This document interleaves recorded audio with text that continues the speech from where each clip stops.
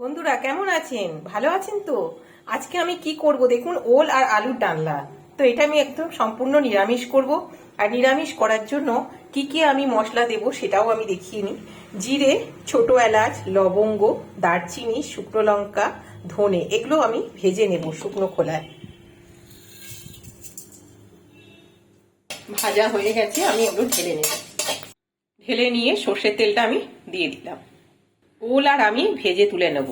ওল আলু একসাথেই, আলু ওল একসাথে ভেজে আমি তুলে নিচ্ছি। ভাজার সময় দিয়ে দেবো লবণ, ঢাকা দিয়ে ভেজে নেব। ওল আলু ভাজা হোক, তা করতে করতে এই যে মশলাটা আমি বেটে নেব বা গুঁড়িয়ে নেব।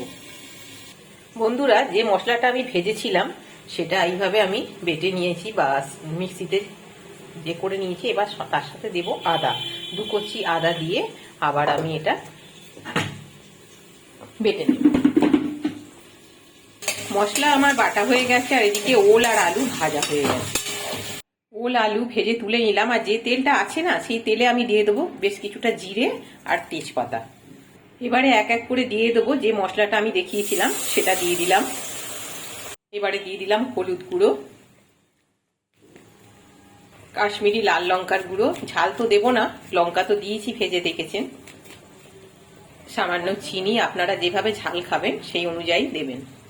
লবণ দিয়ে ভেজেছিলাম তাই এখন আমি সামান্য দেব। মশলাটা কষিয়ে নেব। এটা তো এমনিতেই ভাজা মশলা, তো সামান্য তবু একটু কষিয়ে নিতে হবে। তেলটা ছেড়ে দেবে, তারপরে ওই যে ভেজে রেখেছি ওল আর আলু, এটা আমি দিয়ে দেব। মশলা তৈরি হয়ে গেছে, এবার আমি দিয়ে দেবো অল্প টমেটো পিউরি। এবারে দিয়ে ভেজে রাখা ওল আর আলু ভালো করে কষিয়ে নেব। ভাজা মশলায় এইভাবে নিরামিষ ওলের ডালনা দুর্দান্ত স্বাদ হয় খেতে। তো বন্ধুরা, এইভাবে আপনারা করবেন, করে খেয়ে দেখবেন, সত্যি সত্যি খুবই ভালো হয় খেতে। কষানো হয়ে গেছে, এই মশলার জায়গাটা ধুয়ে আমি জল দিলাম পরিমাণ মতো। তো বন্ধুরা, দেখলেন আমি কিভাবে করলাম নিরামিষ ওলের ডালনা। তো একটু নামানোর আগে দেখুন ঘি দিয়ে দিলাম। এইভাবে আপনারা বাড়িতে করে খান, খুবই ভালো লাগবে। আজ তাহলে আসি।